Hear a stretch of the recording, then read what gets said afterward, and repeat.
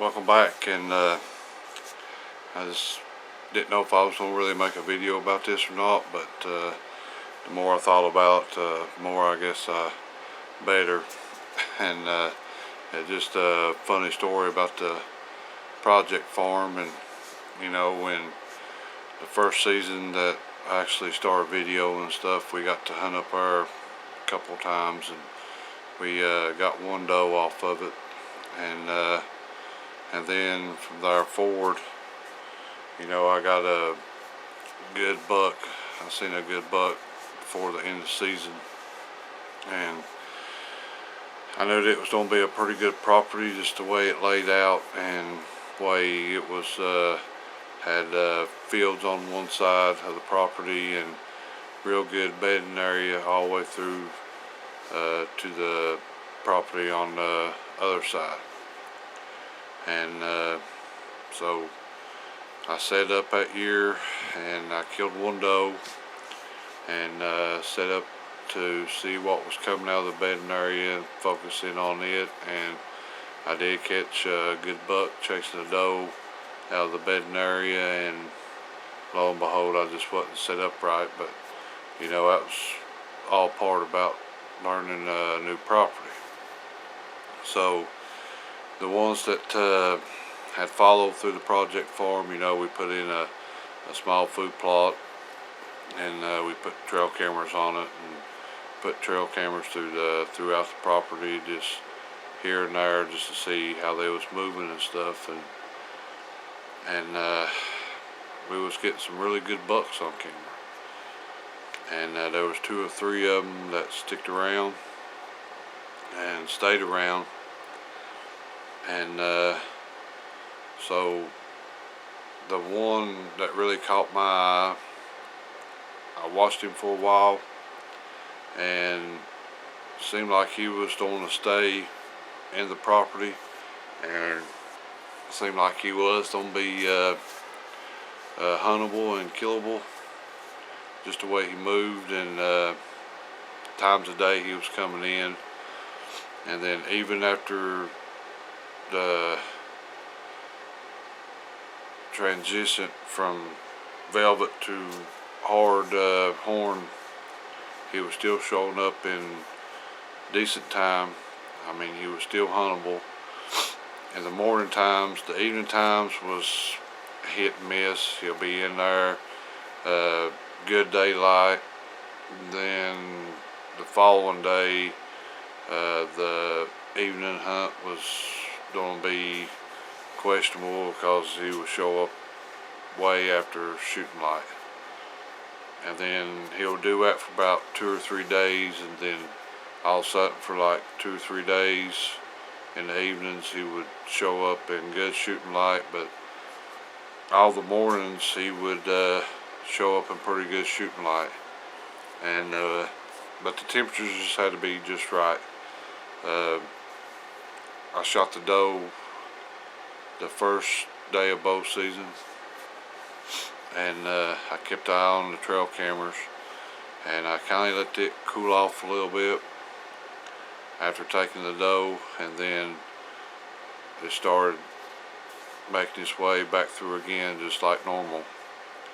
And the same way, mornings it was kind of questionable, and then the evenings you'll show up 2 or 3 days and shootable light, and then all of a sudden next 3 or 4 days, 5 days, it'll be after dark. Well, all of a sudden he just disappeared, and I didn't know if he, you know, I didn't know much about the property, you know, how the deer moved, and I didn't know if that's just what he done when the rut was about ready to hit, if he would move to another property, or just start, you know, changing his whole routine altogether. So I started putting cameras out more, and even got real close to where I thought he was bedding at, and one buck that he was bedding with was still in there, but he wasn't. And so I found that kind of odd.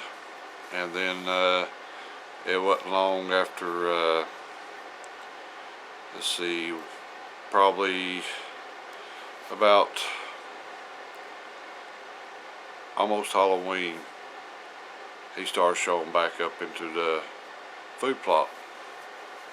So maybe he just moved out for a little bit and then he moved right back in, or maybe he just stepped out to a whole different property or changed his routine there for a minute and then started coming right back. And but I still wasn't putting too much hunting pressure on him. I didn't really want to push him completely out and scare him off. So when I didn't get his pictures on the other cameras, I kind of just took them out and settled for the one camera on the food plot. I know if he was going to come back in, he was going to come to the food plot and be with the does. So I had the does on the food plot, and he showed up, and then he showed up for about a week or two, and then he disappeared again. And so I was actually going to take my daughter there and to that blind and let her see if she couldn't kill him, since he was showing up so good on cameras. Then he should show up that time of year. And then all of a sudden he just pulled like a Houdini and never showed back up. So I just kind of blowed that buck off, just like, okay, he's left the property, he's gone for good, won't see him again until the following year, or maybe the year after that, or maybe not at all. Well, the property owner told me that he heard some shots and stuff, and I never did think nothing about it. It was just like one shot down to the main highway that comes into the property. And the way the property runs, which now that I thought about it, and I found a few trail camera pictures of him, but most of them I didn't keep. It was just making like a big circle around the properties, and that's the way that I caught him coming into the trail cameras into the food plots. And so I got dreaded text message and phone calls and all this stuff, and when I first saw the picture, I was like, I think I know that buck. I wasn't for sure, because in pictures you really just can't tell, not unless they do the side peripheral and all that. And well, after I got looking some more, I was like, yeah, I definitely do know that buck. And so this is him.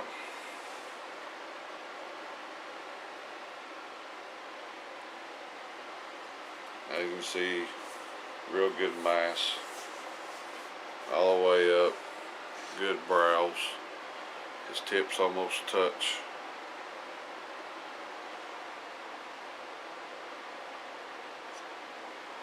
And he's got good mass on both sides, and this right here is how I could tell who he was. That point there gave him the 9 point, and I wasn't really calling him the big 9, but I was starting to call him the back 9, because every time he come in, he'll always be the last one, so he'll be trailing up the back. So as you can see, pretty decent time length,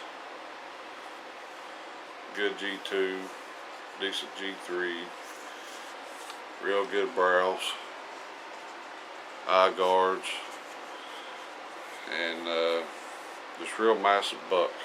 I mean, as you can see, probably about 2 fingers wide all the way back.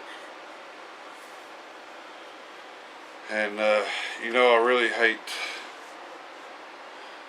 to find them like this, but you know, I guess it's better to know what happened to them, which I don't know if he's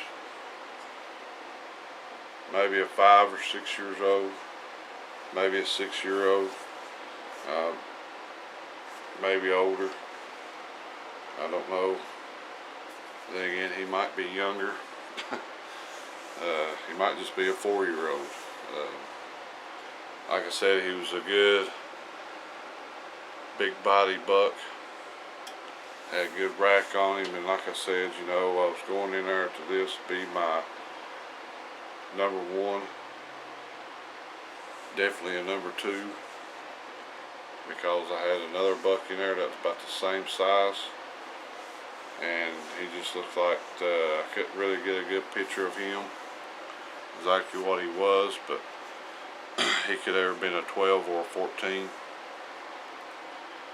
But he checked out before any of us can really get on him, and then another buck stepped up and we got a hold of him, and I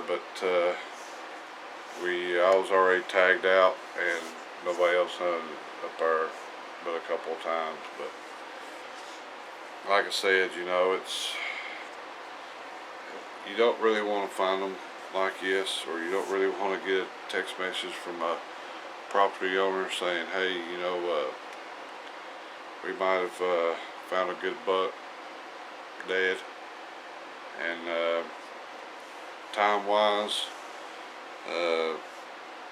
you know, the time frame adds up about right, and he was just a good all around great buck. And so I mean, you know, it kind of sucks now that, you know, one of the bucks that you hoped to have made it ain't gonna be there. And you know, now we've got 2 bucks off one property and 1 good buck off another property that was killable and huntable, and it's gone from the properties, but one property is staying good on their bucks so far. So, you know, now we just have to wait and see what the future holds and pick out some new targets, which you know, the last camera pull I had from over at the blind, all the young bucks and stuff that we had on camera that was pretty questionable shooters then, well, were really questionables. You just know if they just needed 1 more or 2 more years to exceed their full potential. And so, you know, we'll see what they look like this year. And we've been laying the minerals out and stuff, and we're going to start putting the food plots in here shortly. We're going to make the one on the project farm just a little bit bigger, and so it'll hold more food, and maybe plant something else right behind the soybeans, so they'll have something to carry them through winter. But yeah, I mean, it's you don't know what really happened. Don't know if that shot that they heard is what got this buck, or if it got hit by a car, or what really happened. But I mean, a buck this massive, I mean, you really hate to see them go.